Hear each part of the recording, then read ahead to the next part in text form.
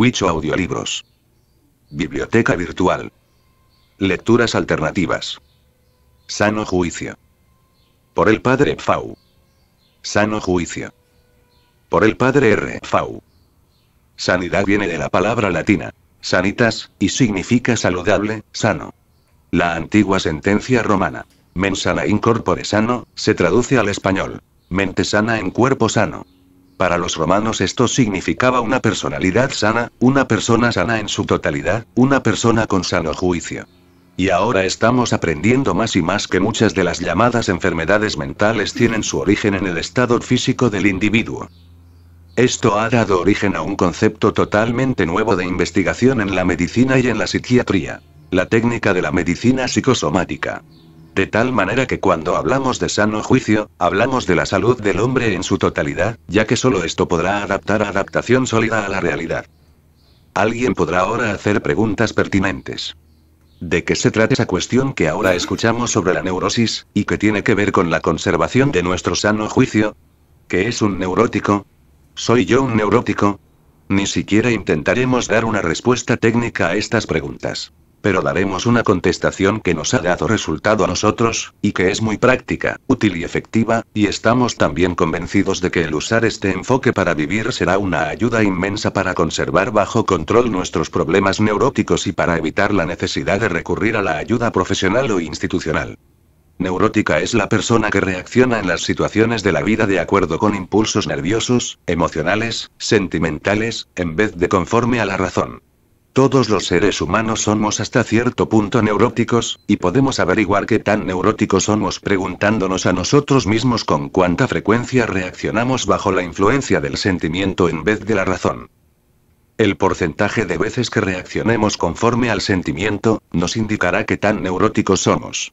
He aquí algunos ejemplos. Lastiman nuestros sentimientos y entonces nos enojamos, o lloramos, o hacemos berrinches o nos alejamos de la realidad, o fingimos estar enfermos, o damos uso de cualquiera de las miles de puertas de escape para huir de la realidad de la vida. O nos enfermamos y nos sentimos desahuciados aunque el doctor nos diga que no lo estamos, o sucede algo y sentimos un temor fuera de toda proporción, y nuevamente escapamos por las puertas siempre abiertas de huida. ¿Qué es lo que una persona no neurótica hace cuando se le lastima, o está enferma o atemorizada? Se dice a sí misma que está equivocada o que el otro individuo no lo hizo con mala intención, o que no es un caso irremediable, o que es absurdo enojarse, o llorar, o todo lo demás, y continúa haciéndose cargo de sus asuntos, olvidándose del incidente, y sin una cruda emocional. No debemos olvidar que es la acumulación de crudas emocionales lo que eventualmente ocasiona la carga casi insoportable de una neurosis aguda. Tratemos ahora la cuestión relativa a qué es lo que podemos hacer para conservar nuestro sano juicio, para controlar nuestras emociones y sentimientos y para conservar en un mínimo nuestras tendencias neuróticas. Todos los miembros de Alcohólicos Anónimos tenemos una buena fórmula básica para lograr esta meta en los 12 pasos. Son particularmente valiosos los 3 últimos llamados pasos de continuidad para establecer un cimiento no solo de una vida espiritual, sino que también el de una vida equilibrada y sensata. Sin embargo, en el mundo actual, con sus presiones constantes, creemos que tenemos una necesidad mucho mayor de asegurarnos una estabilidad emocional, un sano juicio, o al menos una poca de adaptación. Los 12 pasos de AA le garantizan a cualquiera que sinceramente los practique, la sobriedad, el crecimiento espiritual y algo de serenidad. Pero hay más y más personas que parecen necesitar algo adicional que les asegure su estabilidad emocional y que les permita enfrentarse al creciente número de problemas emocionales con los que hoy en día tropieza todo el mundo, incluyendo al alcohólico sobrio. Es por esto que humildemente ofrecemos 12 sugerencias más, no para el logro de la sobriedad, sino que para el del equilibrio. Los hemos compilado en el transcurso de nuestros 20 años de sobriedad, y hemos encontrado que son muy efectivos. Gran parte de su contenido proviene de Recovery, Incorporated. Recuperación, Sociedad Anónima, un grupo de personas que se reúnen para ayudarse entre sí a resolver sus problemas emocionales. Han tenido mucho éxito en su empresa, y a ellos corresponde mucho del crédito de nuestra ruta de pensamiento que les transmitimos con el título de 12 pasos hacia el sano juicio. Los 12 pasos hacia el sano juicio 1. Conservar la vida sencilla. Los filósofos nos dicen que el alma del hombre es una substancia simple. No tolera la fricción, la división, la agitación dentro de sí. Pero la fricción viene del exterior. elementalmente, de la parte material del hombre, el cuerpo. Y es aquí donde empiezan las dificultades. Todo lo que se agrega, crea una necesidad futura que puede llegar a ser un irritante. Por lo tanto, el acrecentamiento de necesidades, es el semillero de las fricciones, divisiones, indecisiones, resentimientos, temores, etc., de la vida. Tomemos un ejemplo del mundo moderno. Todas las llamadas necesidades de la vida son necesarias para el hombre moderno. Su antepasado no necesitaba ninguna de ellas. No existían. Su inexistencia no le ocasionaba ni fricción, ni resentimiento, ni indecisión. Pero ahora, cuando alguien pierde o no tiene algo, muchas de estas conveniencias modernas, abre la puerta a la fricción, el resentimiento, la tensión, los trastornos nerviosos, los problemas emocionales, la quebrantación del sano juicio. Estamos lejos de condenar el uso de los maravillosos milagros modernos para nuestro bienestar, que Dios nos ha dado, pero persiste el hecho de que, en tanto que agreguemos mayores necesidades a la vida, mayores oportunidades añadiremos para que surjan los males indicados, en caso de perder esos aditivos. Mientras menores sean nuestras necesidades, menor será la oportunidad que haya de fricciones de cualquier tipo. Hay un axioma que dice: la necesidad es la madre de la invención. Creemos que un corolario digno de este axioma sería: el exceso de necesidades es la madre de la tensión. La simplicidad en el vivir evita esto por completo. Nuestra alma es sencilla. Nosotros la complicamos, ya nosotros mismos, ya la vida, al añadir, primero, a nuestro cuerpo y a sus siempre crecientes necesidades. Después todas las demás necesidades materiales de todo tipo. El resultado final es una vida muy complicada, con todas sus consecuencias. Con razón hay tanta gente confundida. Alcohólicos Anónimos ha enfocado nuestra atención hacia dos principios muy importantes, que ayudan enormemente a simplificar la vida. 1. El hábito de hacer decisiones. Una vez que esto se convierte en un hábito para nosotros, entonces no importa lo que suceda en la vida, interior o exterior, ya que inmediatamente tomaremos la decisión de cambiar o aceptar. No son las pérdidas, o los dolores o los temores los que ocasionan las dificultades en la vida. Es el rehusarse a tomar una decisión sobre si hay que aceptarlos o cambiarlos, y en esa forma intentamos permanecer en una situación neutra. Esto es intolerable para el alma del hombre, y he aquí que surge un problema emocional. Hay dificultades interiores. Una decisión absoluta y sin reservas simplifica casi todos los problemas de la vida. El origen mismo de la palabra decido implica cortar a la mitad. Recordemos la historia de Job. Tenía muchas necesidades. Tenía muchas posesiones y grandes recursos. Lo perdió todo. Pero la perspectiva de Job era sencilla, meramente esta: el Señor lo ha dado. El Señor lo ha quitado. Bendito sea el nombre del Señor. Es así como conservó, simple la vida. Conservó el sano juicio.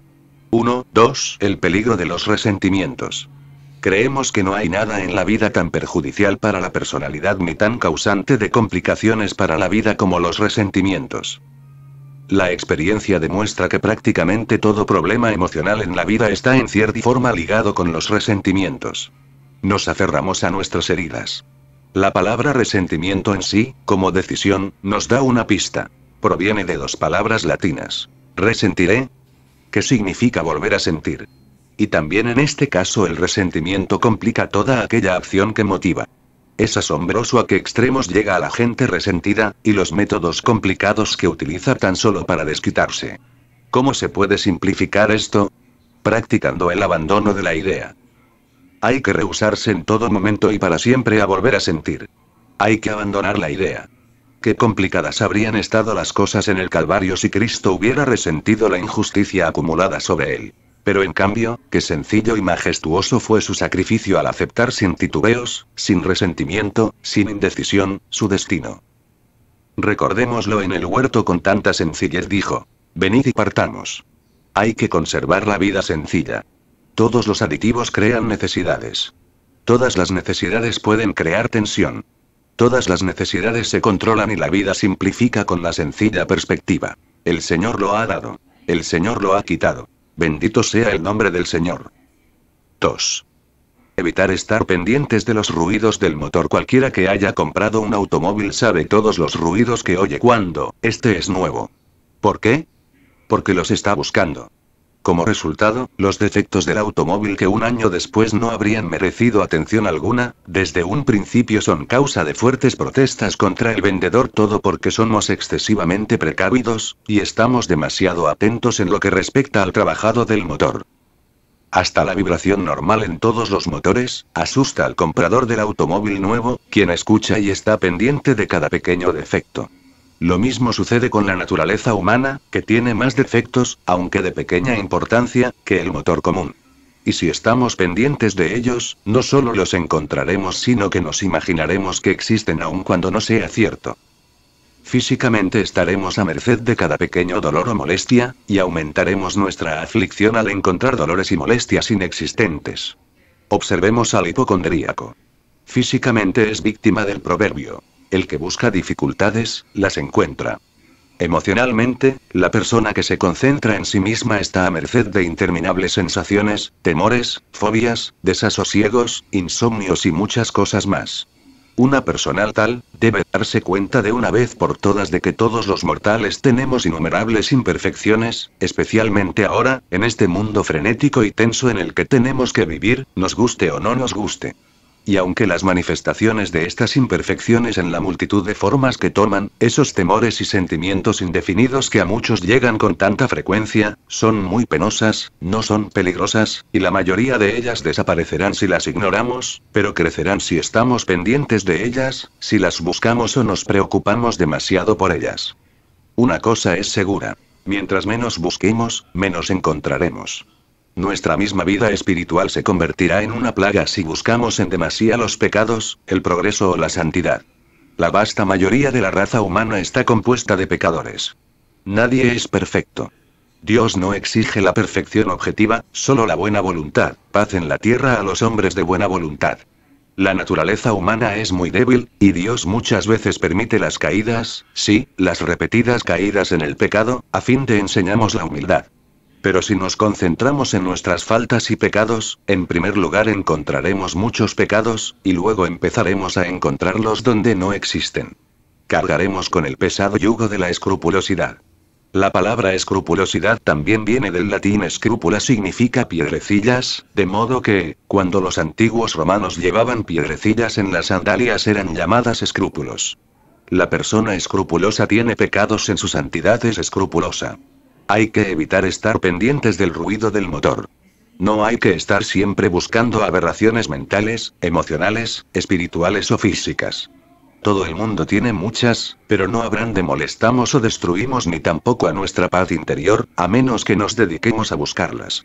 La serenidad no es estar libre de defectos y problemas.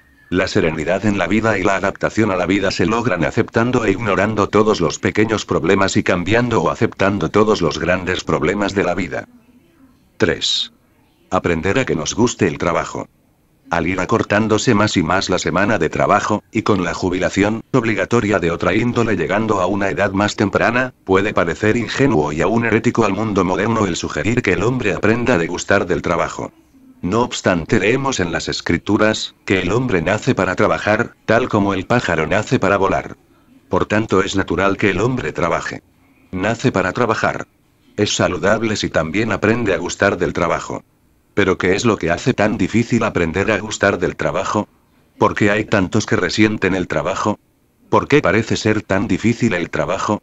La naturaleza humana automáticamente se rebela ante el esfuerzo. Pero gran parte del esfuerzo necesario en el trabajo proviene de nuestra actitud hacia este.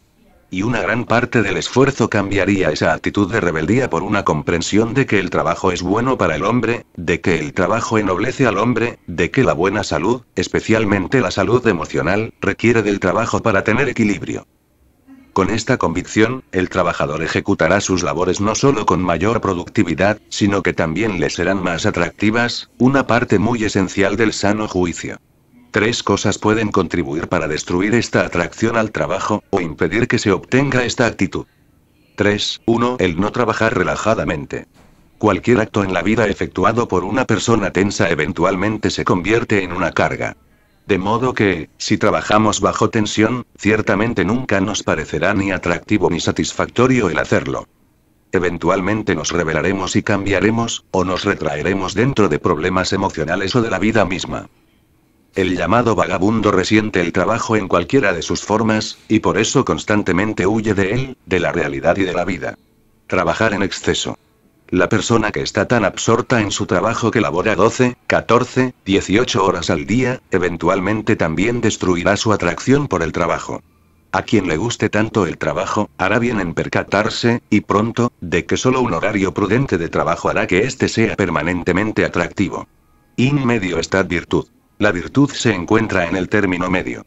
Cualquier cosa que se haga en exceso, se destruirá. Esta es una de las leyes de la naturaleza.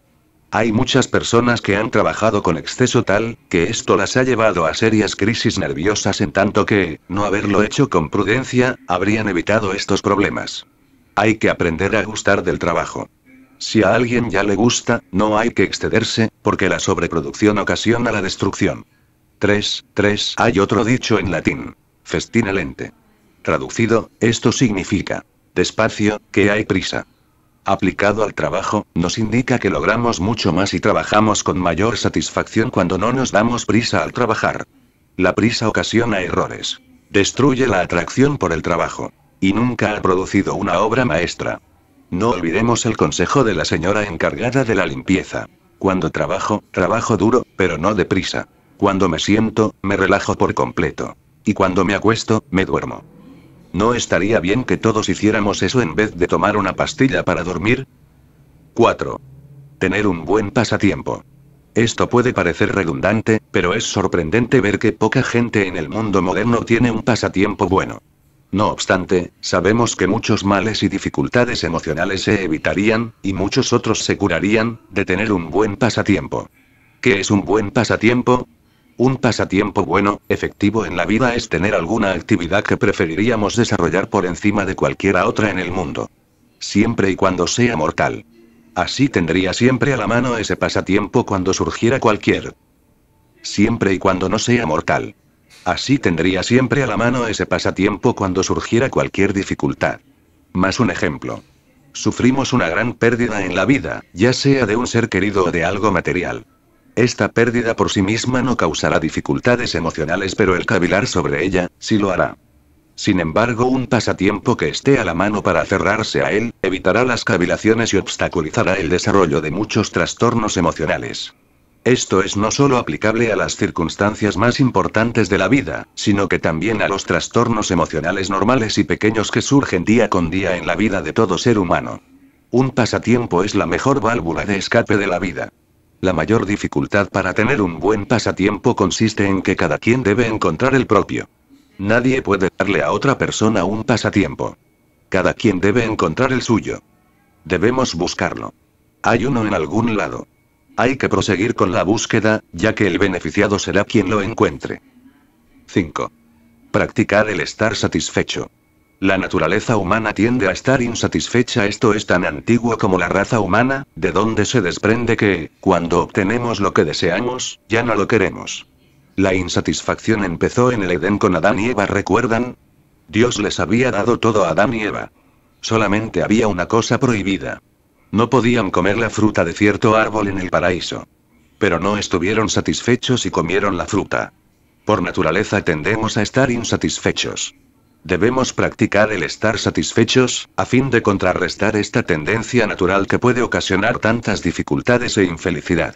De lo contrario, la insatisfacción engendrará tensión, resentimientos, indecisión, temores, trastornos emocionales de todos tipos. El estar satisfechos con nuestras circunstancias de la vida es un ingrediente primordial para el sano juicio. El hilo de oro tejido a través de esta práctica de estar satisfecho es el hábito de la aceptación. Conforme avanzamos en edad, más nos llegamos a percatar de que no podemos cambiar la mayoría de las cosas de la vida, pero que es rara la circunstancia que no podamos, con la gracia de Dios, aceptar. No es que no tratemos de mejorar nuestra situación. Lejos de ello. Pero al tratar de mejorarla, debemos tomar la determinación de que estaremos satisfechos con lo que sea que resulte de nuestros esfuerzos, ya sea éxito o fracaso. Una vez que todo ha sido dicho y hecho, es Dios quien permite el fracaso o da el éxito. En consecuencia, la insatisfacción en la vida realmente significa insatisfacción con Dios, que permite que sea así. Muchas personas podrían tener una satisfacción mucho mayor en la vida si redujeran sus aspiraciones. cuántos hombres persisten año tras año en el intento de lograr lo imposible, pero son demasiado orgullosos para admitir sus limitaciones, y como resultado, están siempre insatisfechos y emocionalmente perturbados. Después de todo, si las cosas no son satisfactorias, nosotros, por medio de nuestra aceptación, las podemos hacer satisfactorias. 6. Contra la opinión popular, Dios no es el editor de selecciones del Reader's Digest. Es divertido escuchar aseveraciones tales como: desde luego debe ser cierto. Lo leí en selecciones. Y aunque pueda ser exageración, de cualquier forma es un hecho que, para mucha gente, demasiada gente, la revista, el periódico, la televisión, el radio, el cine y el consejo de publicidad se han convertido en proveedores del dogma del hogar moderno. Solo Dios sabe los problemas emocionales que día con día se suscitan al ofrecerle a la gente una vida irreal y al llevar a los hogares, como verdad dogmática, la falacia de que el objetivo primordial de la vida es la adquisición de bienes materiales. Creemos que estas prácticas son diabólicas por ser tan destructivas para el alma, ya que es bien sabido que millones de personas son guiadas, por estos medios hacia la búsqueda de lo imposible en la vida, y que por tanto acaban por convertirse en seres descontentos, frustrados, neuróticos, y hundidos en otros problemas demasiado numerosos para ser citados. Podríamos escribir volúmenes sobre lo anterior. Pero tememos que, de seguir adelante, estaremos moralizando, cosa que no deseamos hacer. Basta decir que nadie está tan expuesto a los conflictos emocionales, por no hablar de los morales, como aquellos que tienen como guía de sus vidas los medios mencionados. Podemos protegernos a nosotros y a nuestros hijos si constantemente recordamos lo siguiente sobre todos ellos. Estos medios son únicamente para entretener. Una pequeña muestra de los mejores de ellos conduce a una buena digestión. Una dosis excesiva puede ser nauseabunda y mortal. 7. Aprender a que la gente nos simpatice, y practicar la jovialidad. También, contra la opinión general, no todo el mundo es tal por cual. No obstante, una de las razones básicas por las que a muchas personas no les simpatiza la gente es porque, en el fondo, están convencidas de que todo el mundo está dispuesto a aprovecharse de los demás, cueste lo que cueste. En otras palabras, hay muchos que actúan con fundamento en el dicho: aprovéchate, antes de que se aprovechen de u. Es muy cierto que todos los seres humanos descendemos de Adán y Eva, y que todos somos muy imperfectos, pero también es cierto que casi todo el mundo es sincero. Y algo que hemos aprendido a través de los años en el trato con miles de personas, y miles de personas problema, es que la mayoría de la gente hace lo más que puede, con lo que tiene. Esto debe darnos una pauta. Esto debe hacernos caer en la cuenta de que, de haber nacido y crecido en iguales circunstancias que otras personas, no seríamos tan agradables. Hasta Confucio dijo: nunca juzgues a un hombre sino hasta que hayas caminado una milla con sus zapatos. El que la gente nos simpatice no exige una asociación. Pero la actitud de que nos simpatice hará que todas nuestras relaciones sean menos tensas y libres de fricción. Una gran ayuda para que nos simpatice la gente es la práctica de ser joviales. Pero debemos hacer todo lo que esté a nuestro alcance para lograrlo, no una vez, ni dos, ni muchas veces, sino que día con día. Tal vez no seamos por naturaleza joviales. En ese caso, naturalmente no nos simpatizará la gente, pero podemos practicar, y eventualmente llegar al punto en que nos simpaticen por lo menos casi todos aquellos con quienes nos relacionamos en la vida. Otra gran ayuda consiste en convencernos a nosotros mismos de que todos los seres, haciendo caso omiso de su clase, raza, religión o posición en la vida, son hijos de Dios, con un Padre común. Y que entonces todos, sin excepción, son nuestros hermanos. Si hacemos esto, entonces la clase, la raza, la religión o la posición no serán factores determinantes en nuestras reacciones hacia los demás, sino que nuestras reacciones serán siempre las mismas sin importar la clase, la raza, la religión o la posición. 8. Sacar provecho de la adversidad. Es innato de la naturaleza humana el rebelarse contra la adversidad. A su vez, esta rebeldía solo logra que sea más difícil soportar la adversidad, y también abre la puerta a muchos males emocionales. Por otra parte, al utilizar la adversidad, podríamos no solo evitar tales males, sino que, de hecho, sacarle provecho. Podemos hacer esto en dos formas. 8.1. Ver toda adversidad como la voluntad de Dios. Todo lo que sucede en la vida es ocasionado o permitido por Dios. Él permite que nos sucedan muchas cosas que sabe, en su sabiduría divina, que son lo que más nos conviene. Sin embargo, nosotros, con nuestra nublada inteligencia egoísta, no podemos ver estos provechos. y solo una profunda convicción de que todas las cosas que suceden son fundamentalmente para nuestro bien. De que todas las cosas son, ya sea permitidas o causadas por Dios, nos permitirá, como a Cristo, consentir con amor y comprensión, y seguir adelante. En este mundo en que vivimos hay un sinnúmero de problemas, tragedias, aparentes injusticias, sufrimientos y adversidades de todo tipo.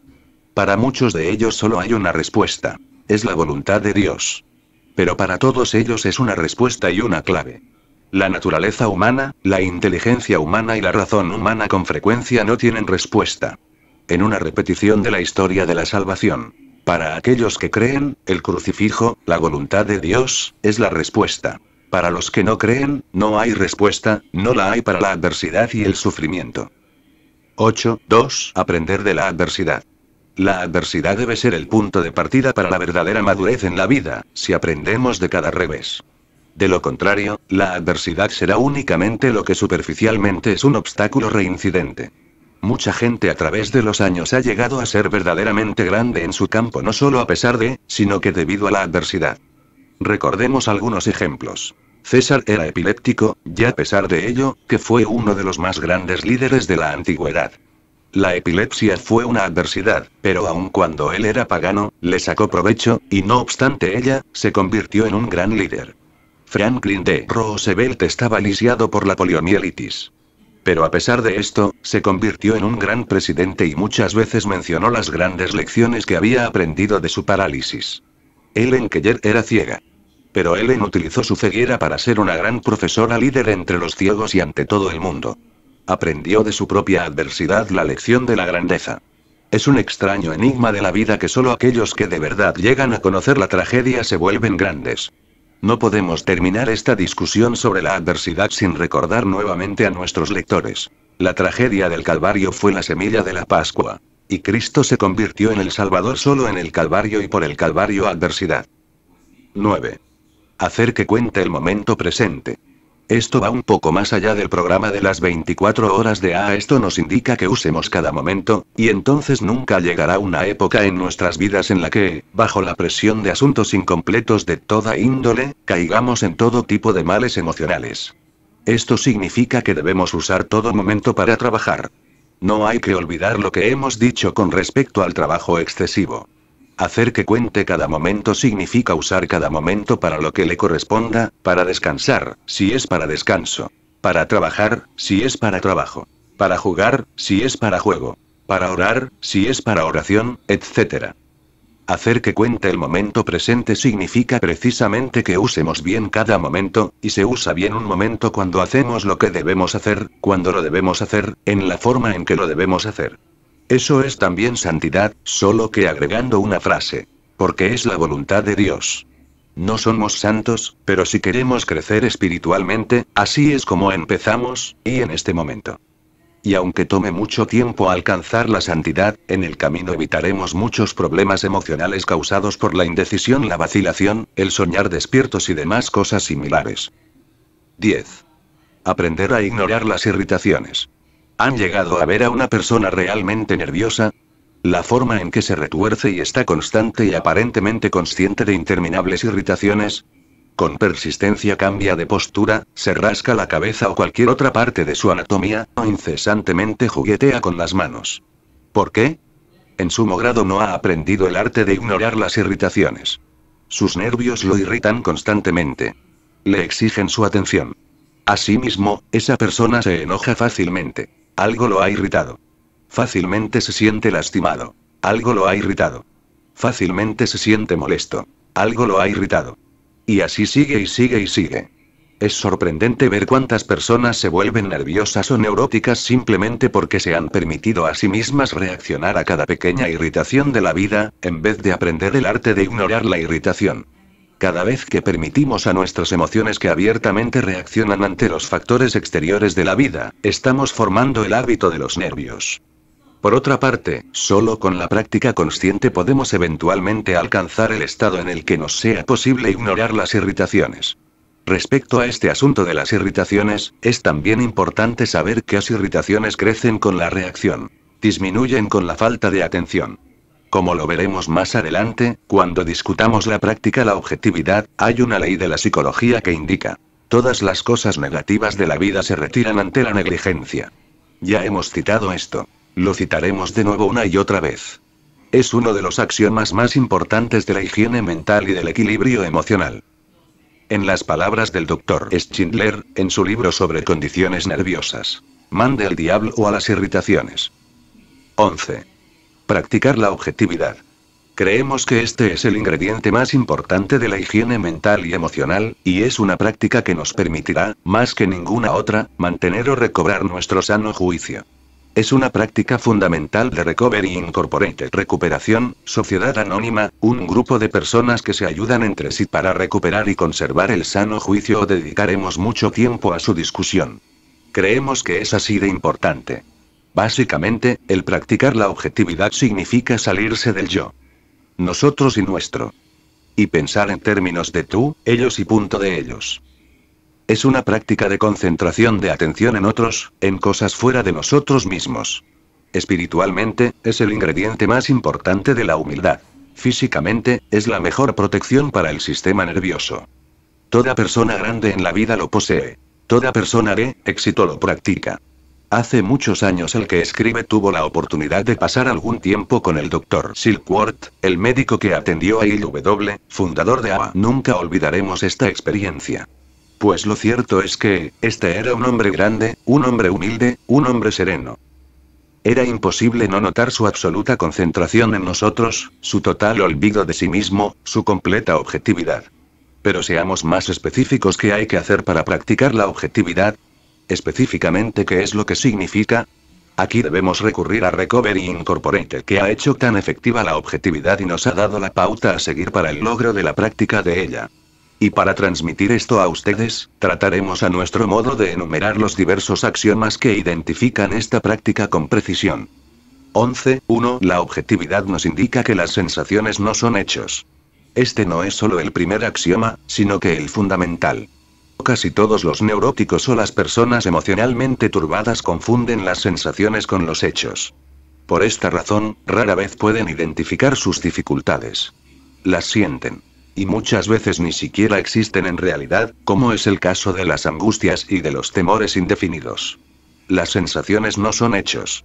La hipocondría es una enfermedad causada por motivo de basar los propios juicios y conclusiones sobre las sensaciones y no sobre los hechos. Ese es también el caso de la escrupulosidad, de ciertos tipos de depresión del desaliento, de la angustia y de muchos otros tipos de aflicciones emocionales y nerviosas, demasiado numerosas para poder mencionarse. Pero, podemos, si lo deseamos, paulatinamente adquirir el hábito de practicar la objetividad, convenciéndonos a nosotros mismos, a través del hábito, de que las sensaciones no son hechos. 11.2. Las sensaciones que no están basadas en hechos, desaparecerán bajo la objetividad. Este axioma de la objetividad es más fácilmente explicable por medio de algunos ejemplos que por medio de la discusión. Tomemos el ejemplo de la persona neurótica que está sujeta de diversas sensaciones que, o la atemorizan, o erróneamente apuntan a una seria condición física que a su vez la asusta. Digamos que está sujeta de dolores agudos en el esternón, y está convencida de que es angina de pecho. Sin embargo, el médico le dice que su corazón está bien, que el dolor es imaginario. ¿Qué podemos hacer para desaparecer el dolor y demostrar que es imaginario? Esto puede hacerse simplemente con la práctica de la objetividad, y sin necesidad de absolutamente ninguna pildorita. Todo lo que tenemos que hacer es identificar el dolor. Luego, literalmente ponerle encima nuestro dedo, y mirarlo por largo tiempo objetivamente. Aunque parezca increíble, si el dolor es imaginario, desaparecerá, y hay miles de miembros de Recovery Incorporated que han usado y usan esta práctica con mucha efectividad para vencer toda clase de malestares imaginarios. Lo mismo sucede con todo tipo de sensaciones, las cuales son sensaciones y no hechos. Otra manera simple y similar de practicar la objetividad para eliminar las sensaciones que no están fundadas en hechos, es la siguiente. Tomar un reloj con minutero. Poner la mano o dedo, y apuntar en la dirección en que se sienta el dolor. Después contar los segundos hasta que la sensación desaparezca. Sorprendentemente, desaparecerá en breve tiempo. Ciertamente no hay nada de misterioso en esto. Todo nos lleva a comprobar que el dolor o la sensación existían solo en nuestras mentes, no de hecho. Y tan pronto como la mente se concentra objetivamente, ya no hay lugar para la sensación. Las sensaciones no fundadas en hechos desaparecerán ante la objetividad. Este es un hecho. Hemos practicado muchas veces este experimento. 11.3 La práctica de la objetividad nos indica que, no importa qué tan asustados estemos, o qué tan deprimidos o qué tan mal nos sintamos, y siempre podemos mover los músculos. Hasta los escritores en materia espiritual utilizan esta práctica de la objetividad cuando aconsejan la huida en los casos de ciertas tentaciones. Y mover los músculos. Todo aquel que sufre de problemas emocionales, especialmente si se hallan presentes la angustia o la depresión, puede hacer uso de esta práctica en forma muy efectiva. Indirectamente, el buen doctor que nos atendía en la clínica estaba tratando de inculcamos este hábito cuando enfatizaba el hacer por encima del sentir. Además, esto romperá con el pretexto usual del neurótico que constantemente dice: no puedo. No me puedo levantar. Me siento demasiado mal. No puedo trabajar. Me siento terriblemente mal. No puedo hacer nada sobre el particular. No me puedo relacionar con la gente. Y así hasta el infinito. Hace algunos años una persona me llamó por larga distancia. Este era su problema. Era una AA que había conocido a un individuo. Emocionalmente sentía que se había enamorado de él. Llegó el día en que se percató de que en realidad no lo amaba. Le entró el pánico. Entonces nos llamó. Y, dijo ella, no puedo hacer nada sobre el particular. ¿Qué significa eso de que no puedes? Le preguntamos. Simplemente no puedo, replicó. ¿Cómo nos llamaste? Inquirimos. Por teléfono, contestó. En otras palabras, le dijimos, tomaste el teléfono, llamaste a la operadora y le dijiste con quién querías hablar. ¿Es así como nos llamaste? Pues, sí, murmuró.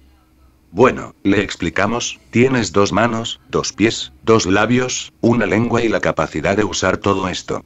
De modo que, cuando cuelgues, haz simplemente eso. Mueve los músculos, toma el teléfono, llama a la operadora, habla con el individuo y dile: adiós, hemos terminado. ¿Y saben lo que pasó? Y lo hizo. Mover los músculos. Esto es aplicable a todas las fases de la vida. Mentales, espirituales, morales, físicas, emocionales, sociales. Omitimos muchas cosas de la vida, porque estamos bloqueados por una sensación de temor o de desaliento. Toda nuestra personalidad y nuestra vida se beneficiarían muchísimo si tan solo aprendiéramos de una vez por todas que podemos mover los músculos. Hay que hacerlo. Ahora. 11.4 El autodiagnóstico no es nunca objetivo. El doctor que se prescribe a sí mismo tiene a un paciente necio. Cada abogado que se defiende a sí mismo tiene a un cliente necio. Y cada sacerdote que se absuelve a sí mismo tiene a un necio por penitente. Esto se encontraba perfectamente comprendido en un antiguo axioma romano. Nemo est juez in sua causa. Nadie es juez de su propia causa. El autodiagnóstico no es nunca objetivo. Esta es la razón por la cual A nos indica en el 5. Paso que admitimos ante otro ser humano. El autodiagnóstico no es nunca objetivo.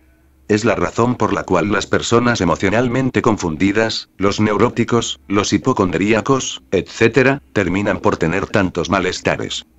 Cuando en realidad no hay un padecimiento fundamentalmente físico. No es objetivo, y por tanto, no es real. Para usar términos más agradables, el doctor dice: no es físico, solamente es funcional. ¿Qué puede hacerse sobre el particular?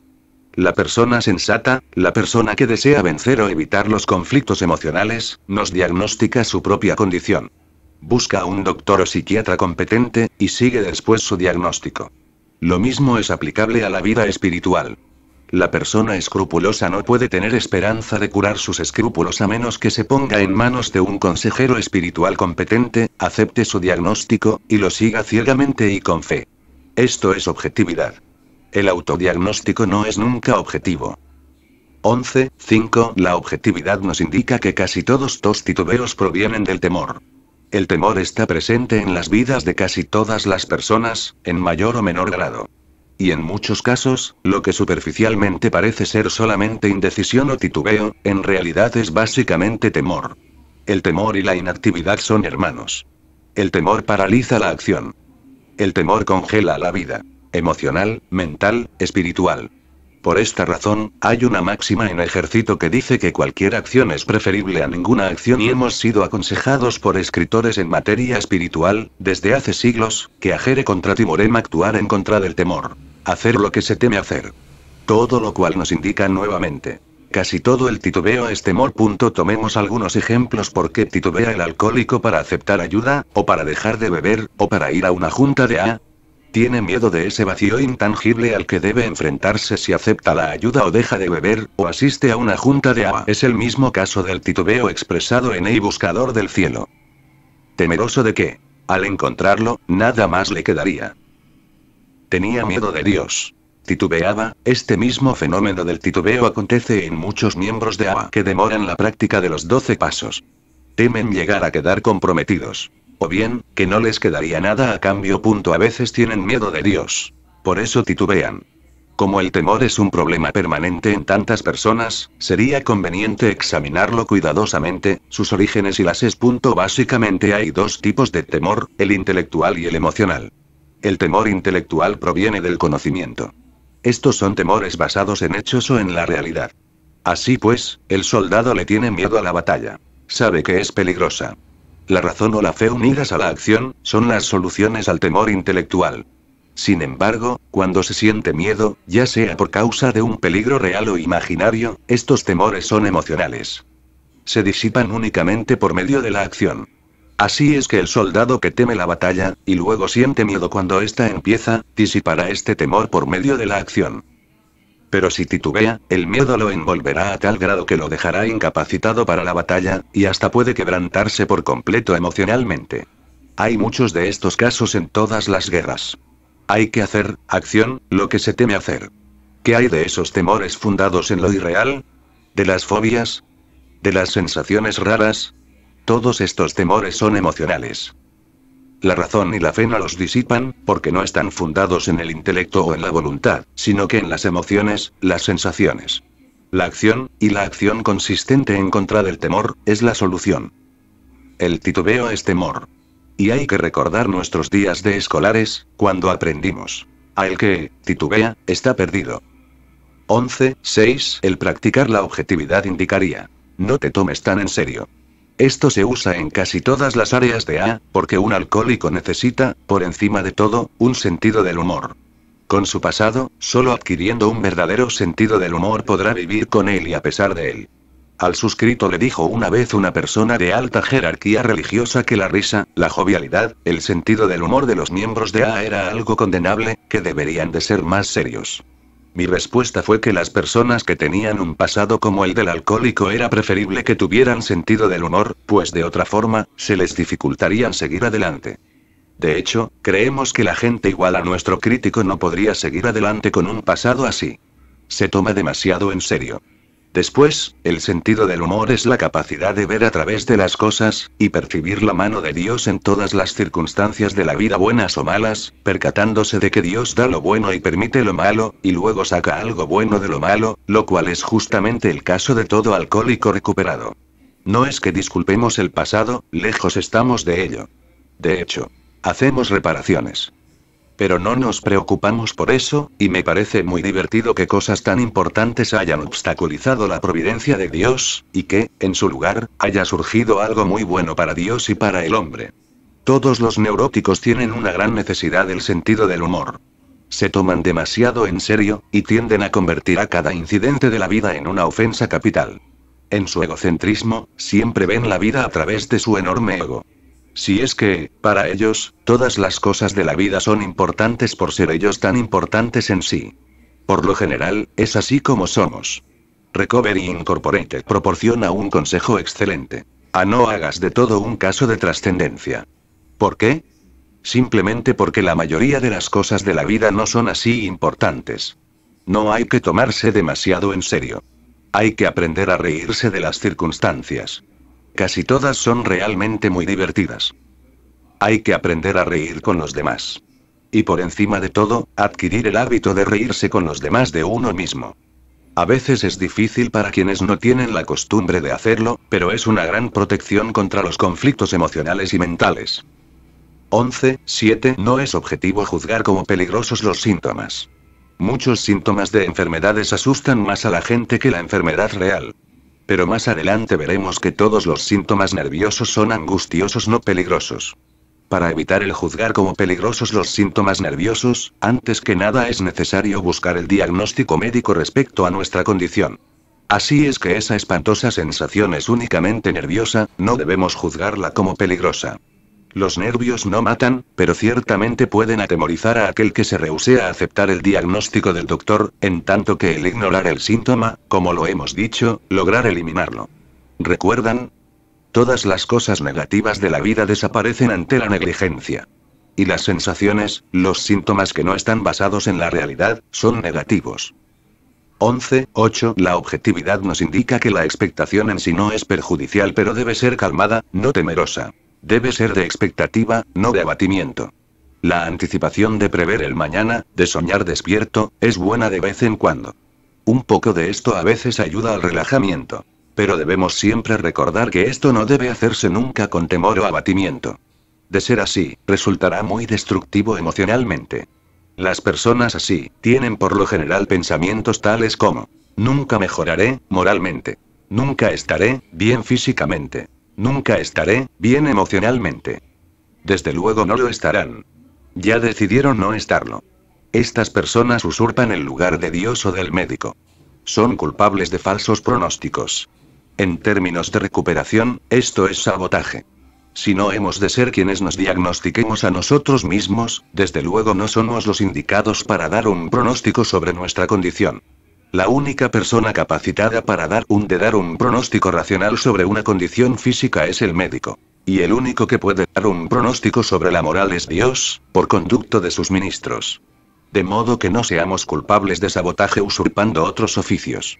Esto es sumamente irracional y conduce al desaliento y a la autocompasión, así como a otros malestares que siguen como consecuencia de ello. No debemos olvidar que el primero, y con mucho el más importante de los ingredientes necesarios para estar bien o mejorar emocional, física o moralmente, consiste en seguir el criterio y prescripción del médico o del ministro religioso.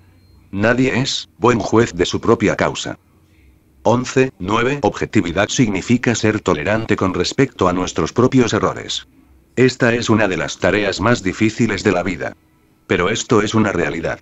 Y conforme vayamos avanzando en edad, más nos iremos percatando de que la mayoría de nosotros continúa cometiendo errores, pecando, teniendo faltas, hasta el día de la muerte. Pero esto no nos lastimará, a menos que nos rehusemos a admitir y tolerar nuestras faltas. Somos solo seres humanos muy débiles, llenos de defectos, permaneceremos siéndolo toda nuestra vida. Podemos decir que el enojamos emocionalmente no nos hace daño.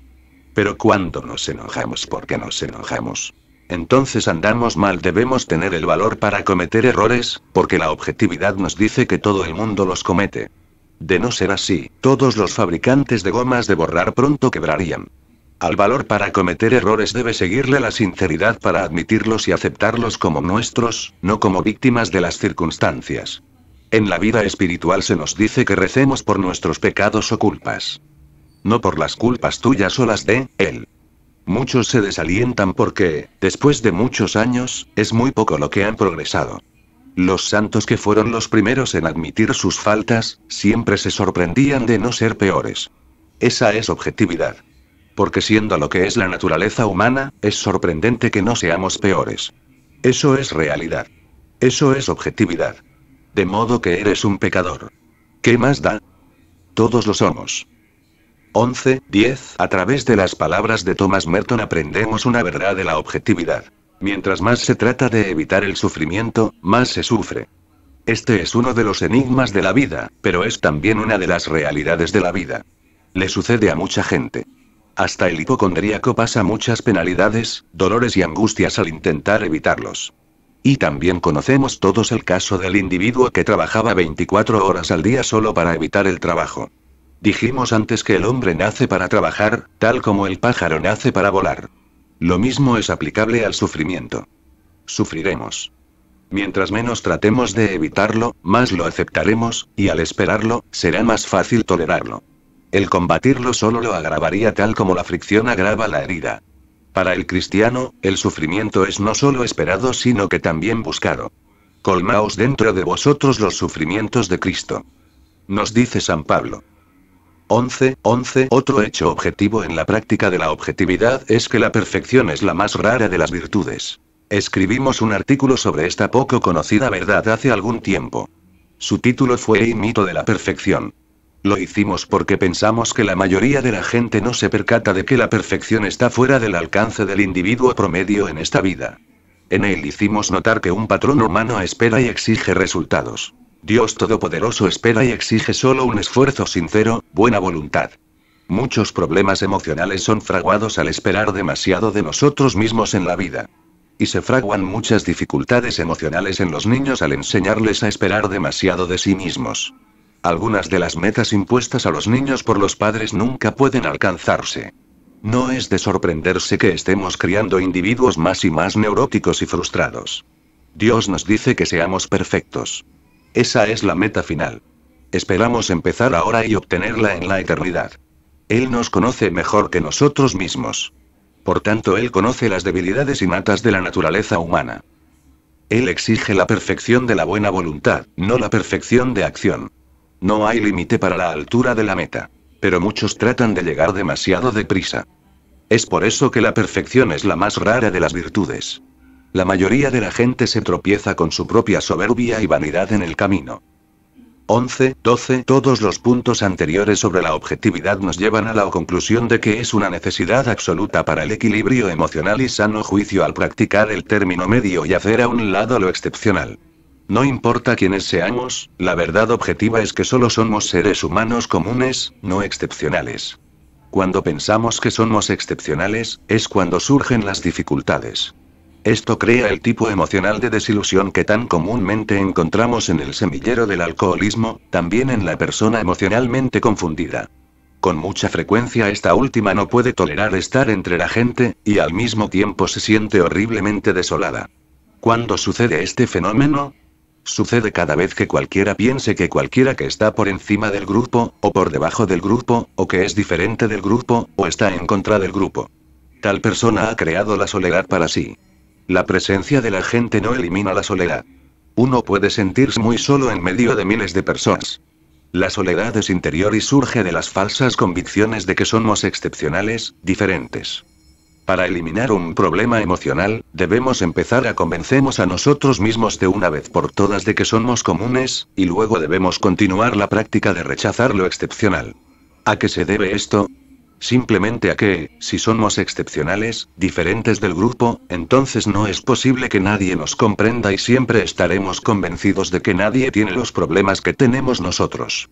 Por otra parte, una vez que nos convencemos de que somos solo comunes, empezamos a identificarnos con el grupo, empezamos a ser parte del grupo, participamos de la seguridad del grupo, nos adaptamos, nos liberamos de las fricciones, de las frustraciones de la rebeldía y de los innumerables resultados de ser excepcionales. Y entonces seremos sanos, emocionalmente. Tendremos sano juicio, porque, como ven, somos solo comunes, y las personas comunes gozan de sano juicio. Es curioso, pero generalmente aquel que más piensa que está por encima, o por debajo, o que es diferente de los demás, no lo es.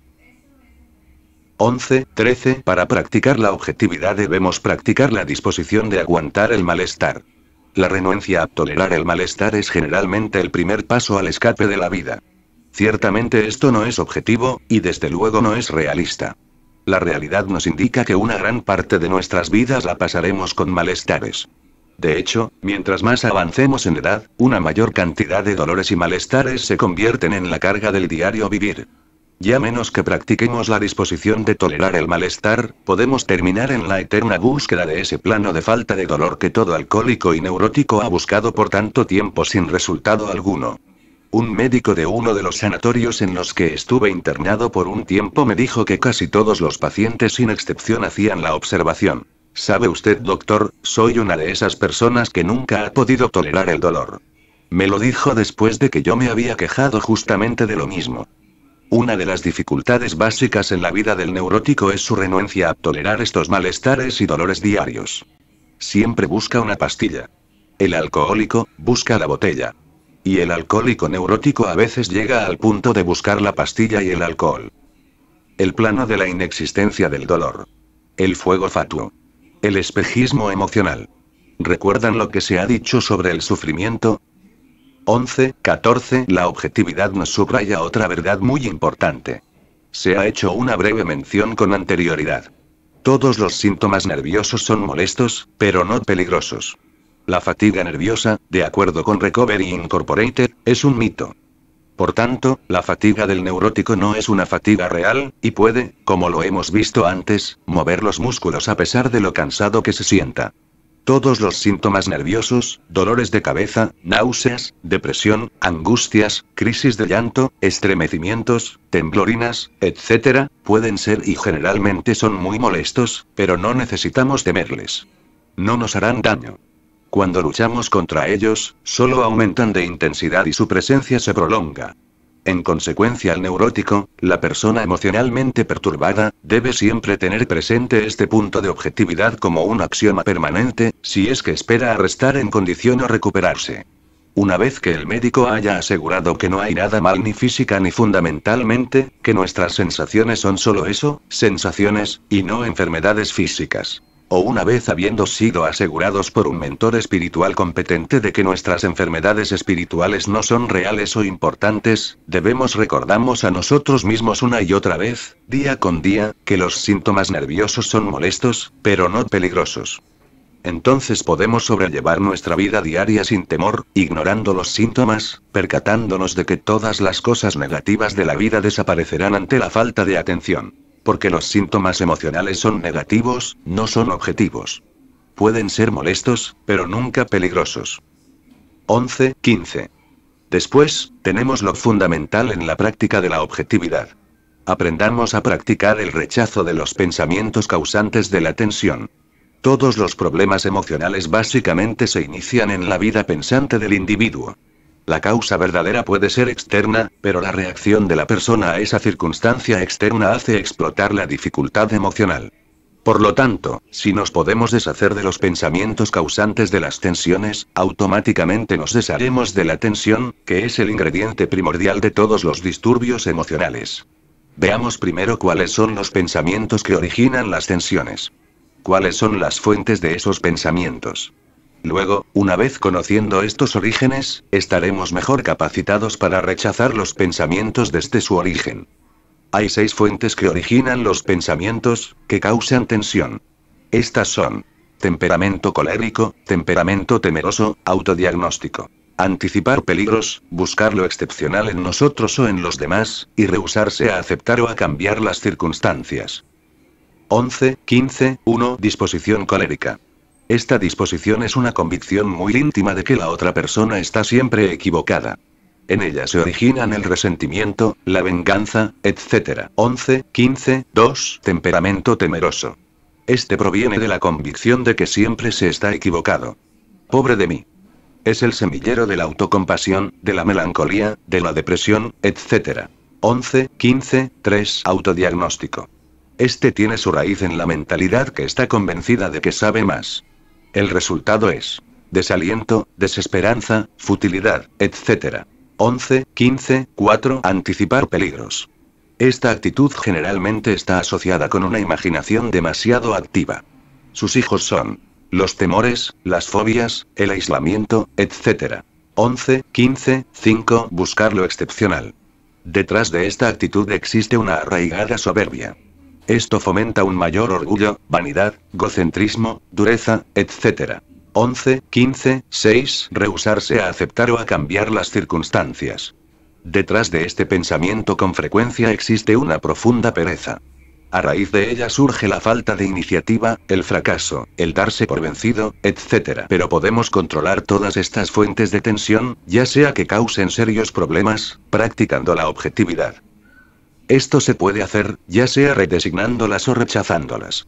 De modo que, aunque ocasionalmente no podamos deshacernos de ellas. Al redesignarlas colocaremos en la categoría de la objetividad, de la verdad, y ya no nos lastimarán más. Rechazamos los pensamientos causantes de la tensión, ya sea rehusándonos a permitirnos retenerlos o simplemente ignorándolos. El primer método es logrado con mucha mayor facilidad si empezamos por cambiar nuestras actitudes. Nuestros pensamientos generalmente son resultado de nuestras actitudes. Por tanto, si nuestra actitud hacia los demás es reemplazada por la verdad objetiva de que los demás no siempre están equivocados y de que nosotros no siempre estamos en lo correcto, y también de que nosotros no siempre estamos equivocados, sino que los demás a veces no tienen la razón, nosotros a veces no tenemos la razón, y muchas veces todos estamos en un error, entonces no nos molestará con tanta frecuencia la disposición colérica causante de tensiones. La verdadera tolerancia podría crecer en este semillero de realidad. Cuando lleguen estos pensamientos, y vendrán, la mejor manera de rechazarlos será ignorándolos.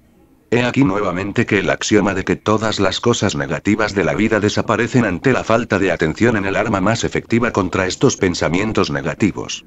Pero, ¿qué hacer si no podemos rechazarlos?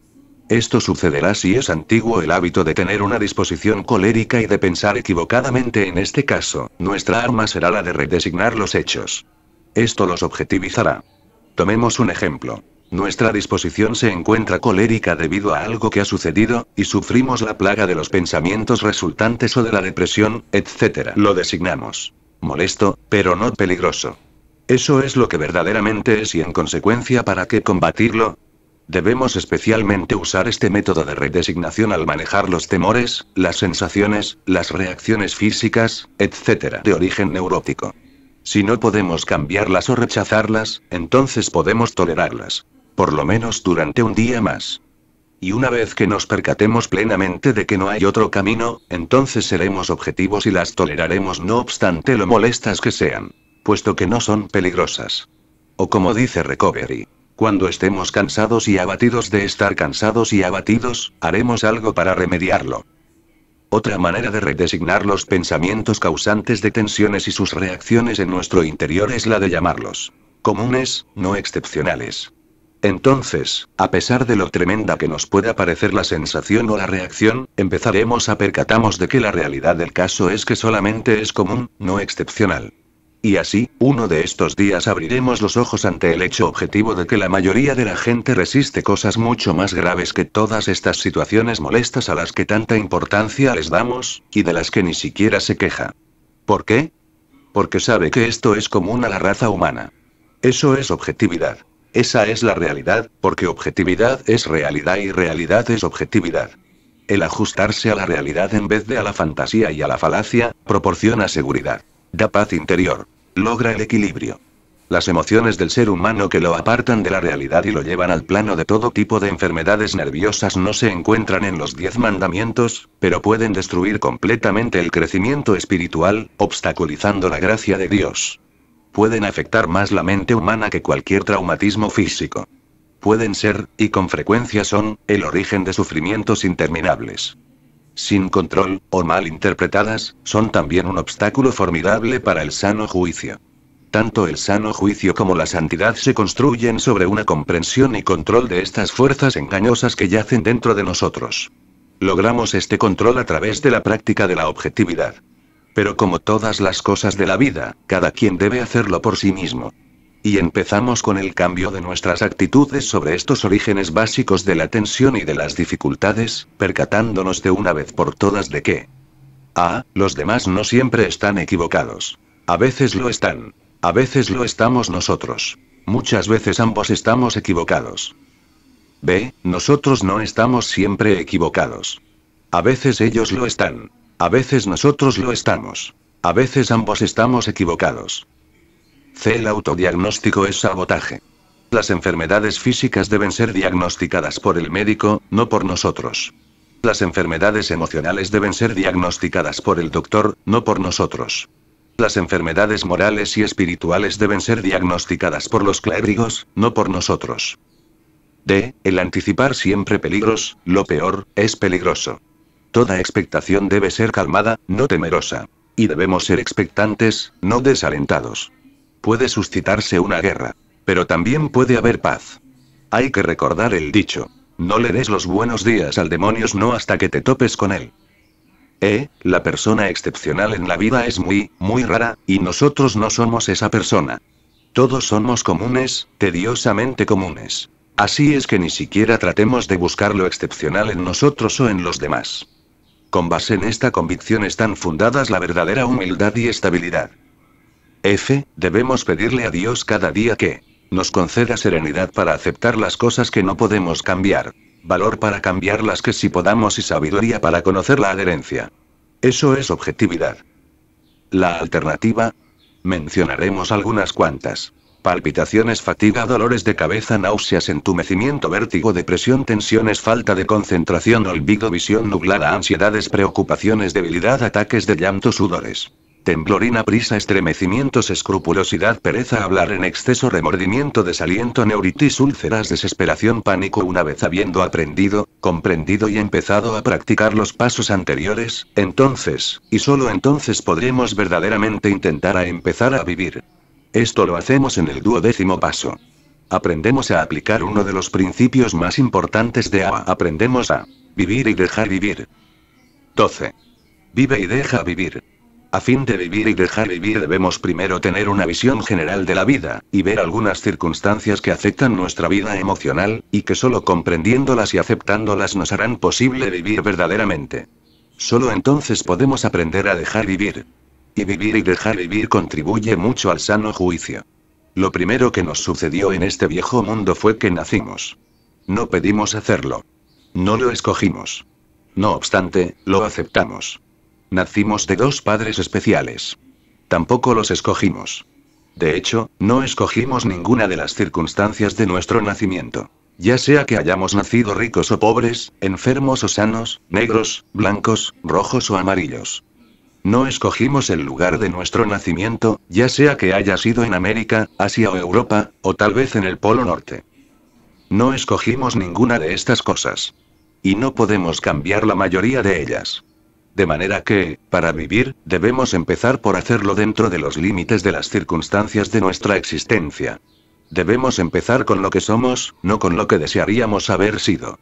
Eso es realidad. Tal vez pueda ayudar el percatarse de que hay diversos tipos de vida en el hombre. 12.1. La vida física. Con esta nos es dada la obligación de cuidar de nuestros cuerpos. Y el cuerpo que tenemos es el único que habremos de tener. 12.2. La vida mental. La vida de la mente del hombre abarca su voluntad y su intelecto. Trae consigo la obligación de usar el intelecto, el libre albedrío para aprender, juzgar, razonar, practicar una buena higiene mental. 12.3. La vida emocional. Contra la opinión general, y lo que a nosotros nos parece una publicidad mal encauzada, los problemas emocionales son equivocadamente denominados problemas mentales. Y son erróneamente relacionados con las enfermedades mentales. Esto ha provocado un estigma. Y debido a la alarma que actualmente existe sobre las enfermedades mentales, miles de individuos no buscan ayuda para no ser considerados enfermos mentales. Yocos, hoy en día, un 85% de los pacientes internados en los llamados hospitales mentales no tienen ninguna afección mental. Están emocionalmente enfermos. Su pensamiento se ha extraviado porque su sistema nervioso en alguna forma se ha menguado. La palabra emocional en sí significa un movimiento interior, una sensación, o la palabra latina es motu, de un movimiento, sensación. Y estamos convencidos de que casi todas las personas mentalmente enfermas, están solo emocionalmente enfermas, la mayor parte de cuya enfermedad tiene que ver con el sistema nervioso, las sensaciones, y de ningún modo son indicativos de una mente enferma.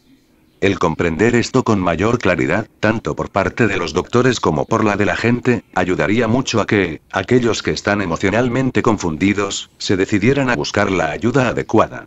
En lo particular debemos comprender esto en nosotros mismos, si es que esperamos alguna vez vivir una vida emocionalmente sana. 12.4. La vida espiritual. Esta determina nuestra relación con Dios como una persona. 12.5. La vida moral. La vida moral del hombre tiene que ver con nuestra relación con las leyes de Dios y nuestras obligaciones bajo ellas. Ahora bien, todo lo anterior integra la personalidad total de cada persona. Cada persona es hoy el resultado de la combinación de, 1, sus antepasados y padres. 2, el intelecto dado a cada quien, y su entrenamiento. 3, el alma de cada uno. Con su credo, su práctica y su oración. Esto es una persona. Esta totalidad es cada uno de nosotros, ya sea que nos guste o no. Y este es el yo con el que tenemos que empezar a vivir. Nadie empieza realmente a vivir con la persona que desearía ser. Cuando empecemos a vivir, aprenderemos que todos los enfoques positivos hacia las situaciones engrandecen el valor de la vida. Todos los enfoques negativos matan y destruyen. El término en sí, negativo, significa negar, matar. La palabra positivo, por otra parte, significa colocado, seguro. ¿Cómo podemos distinguir el enfoque negativo del positivo? He aquí las palabras de batalla. No soy. No puedo. No quiero. No hago. Son las manifestaciones del enfoque negativo. Puedo. Soy. Quiero. Lo haré. Son reflejos del enfoque positivo. Los últimos significan vivir. Los primeros significan morir, y en el camino al cementerio, van recogiendo cantidades de problemas emocionales. Vivir. Usar nuestras mentes para aprender, para meditar, para mejorar nuestra vida pensante. Vivir. Dar a nuestro cuerpo el cuidado y el ejercicio adecuado. Vivir. Ejercitar nuestra alma en la oración, y con fe, confianza y amor. Solo nosotros podemos vivir dentro de nosotros. Pero no solo debemos vivir verdaderamente, sino que debemos dejar vivir. ¿Por qué? Debemos dejar vivir porque estamos en un mundo de gente. Y toda esta gente tiene distintos antecedentes, diferentes antepasados, diversas circunstancias de nacimiento, entrenamiento diferente, distintas personalidades, y eso, amigos, por su propia naturaleza produce fricción, a menos que nosotros comprendamos a los demás y los dejemos vivir. Tenemos derechos como personas. Igualmente, tenemos obligaciones. Cada derecho en la vida trae aparejada una obligación. Tenemos derecho a nuestra opinión. Tenemos la obligación de tolerar las opiniones de los demás. Hay que dejarlos vivir. Tenemos derecho a las comodidades de la vida que nos hayamos ganado, pero también tenemos la obligación de contribuir para el alivio de los pobres, de los hambrientos. La propia injusticia de los salarios está basada en este derecho y en esta obligación. Dejar vivir. Tenemos derecho, aunque no sea propiamente tan libre, de dar salida a nuestras emociones. También tenemos, por lo mismo, la obligación de tolerar las excentricidades de los demás. Hay que dejarlos vivir. También pecamos.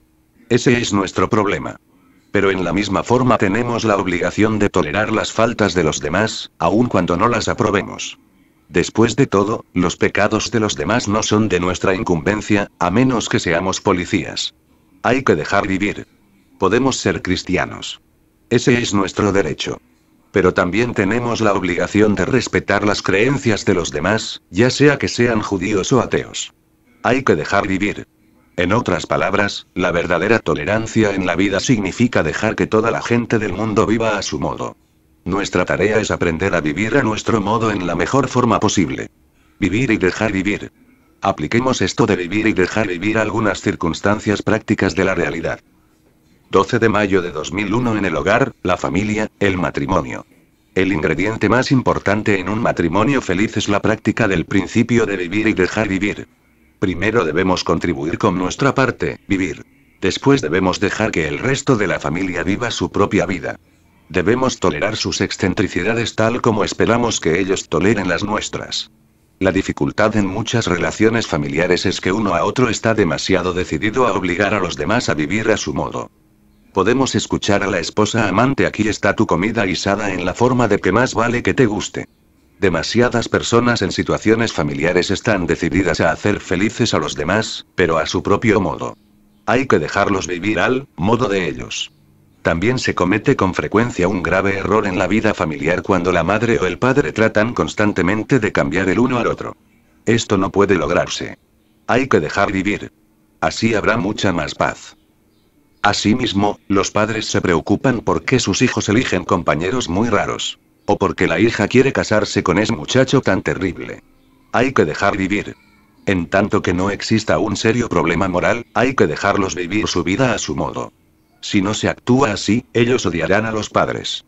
Si se les deja vivir, quizá puedan ser excéntricos, pero serán más felices y mucho más equilibrados. Desde luego, el amor verdadero debe solucionar gran parte de lo anterior. Pero en el matrimonio, a menudo, es solo hasta después de la boda cuando ambos se dan cuenta súbitamente de que la persona con quien se casaron es diferente. A menudo, es solo hasta después de la boda cuando ambos se dan cuenta súbitamente de que la persona con quien se casaron es diferente. Cuando ambos se dan cuenta súbitamente de que la persona con quien se casaron es diferente. Deberían de haber sabido esto todo el tiempo. Ambos tienen diferentes antepasados, diferentes padres, diferentes circunstancias de nacimiento, diferentes personalidades, todo lo cual se oculta durante el noviazgo para que el otro no lo sepa. Vive y deja vivir. Hay que ser un buen esposo y padre. Una buena esposa y madre. Un buen hijo o hija. Pero también hay que dejar que los otros sean ellos mismos en la forma en que la deseen. Vive y deja vivir. 12 de mayo de 2002 en los negocios, el trabajo. Todo el mundo tiene el derecho de ganarse la vida. Al mismo tiempo, todo el mundo tiene también la obligación de velar porque los demás ganen lo suficiente para vivir. Esta es una de las razones del estricto monopolio de las leyes, de los salarios de subsistencia, de la paridad de empleos en la integración. 12 de mayo de 2003 en La Razón, la inteligencia a la voluntad. Vivir. Usar la inteligencia que Dios nos ha dado para estudiar, aprender, leer, meditar. A menos que hagamos esto, nuestra voluntad e intelecto serán indisciplinados y blanco fácil para todo tipo de aflicciones emocionales. Todas las cosas vivientes mejoran con el uso. Se desintegran con la falta de uso. El intelecto del hombre es una entidad viviente. Si no lo disciplinamos, si no lo usamos en estudio, lectura o creación positivos, paulatinamente se debilitarán.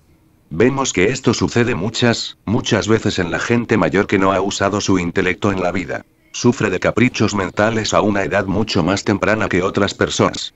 Una circunstancia del mundo de hoy es indicativa de esta falta de uso. La gente busca entretenimientos masivos. Depende a tal grado de la televisión para su entretenimiento, que si llega a faltarle, no tiene la menor idea de qué hacer para llenar su tiempo.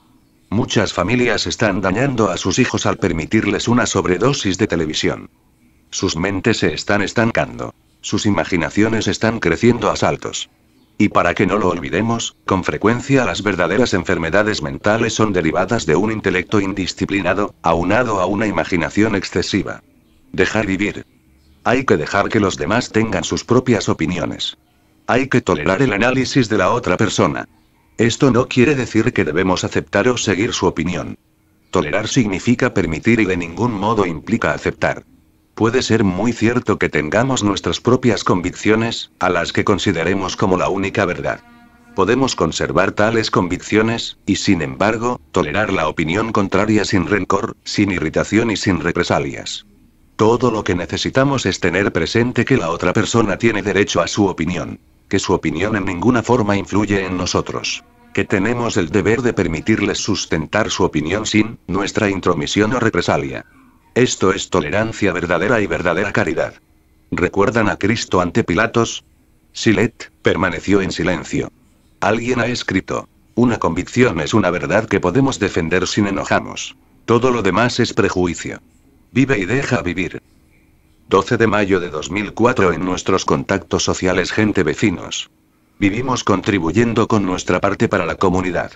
Somos una parte de la comunidad. A nuestra vez, le debemos parte de nosotros mismos. Vivir. Y si los vecinos o la gente son ocasionalmente algo excéntricos, hay que dejar que lo sean. Hay que dejarlos vivir. O si son negros, hay que dejarlos vivir. Esto es adaptarse a la realidad que nos dice que todos los hombres son iguales ante Dios, negros, blancos, amarillos, rojos, católicos, protestantes, judíos, ricos, pobres, sanos, enfermos, buenos, malos, santos, pecadores, normales, anormales y lo que gusten. Pueden nombrarlos, son nuestros hermanos. ¿Y qué peso de fricción suprimirá de nuestras vidas esa convicción? Vive y deja vivir.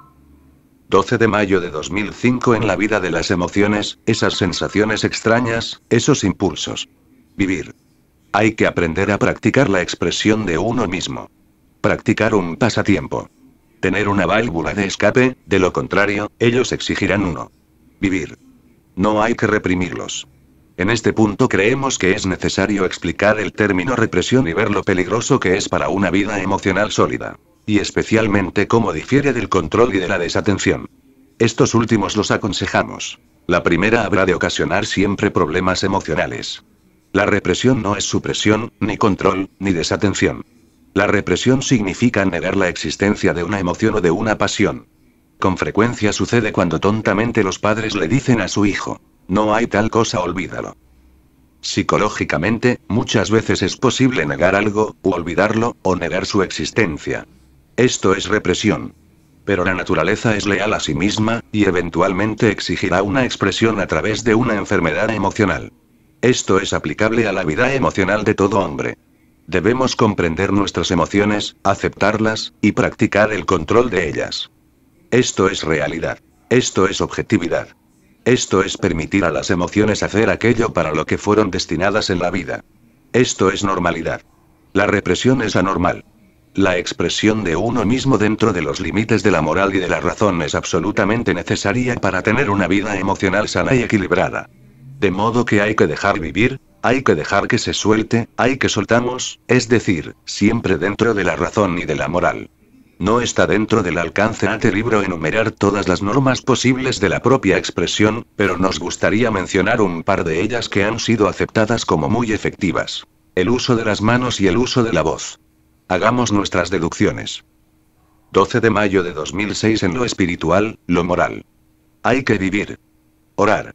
Si se está demasiado ocupado para rezar, se está en peligro de tener dos clases de dificultades. Espirituales y emocionales. Creer. Practicar el creer. Confiar. Usar a Dios y a la religión, si se tiene una dejar vivir. Hay que dejar que los demás veneren a Dios a su manera. Si el otro es un pecador, y hasta un gran pecador, hay que dejarlo en manos de Dios. Dios hará, de cualquier manera, una labor mucho más eficaz. 12 de mayo de 2007 en Alcohólicos Anónimos sobriedad. Todo lo concerniente a Alcohólicos Anónimos es sugerido. Hay que vivir a nuestro modo, pero vivirlo. Hay que dejar a los demás vivir a su modo.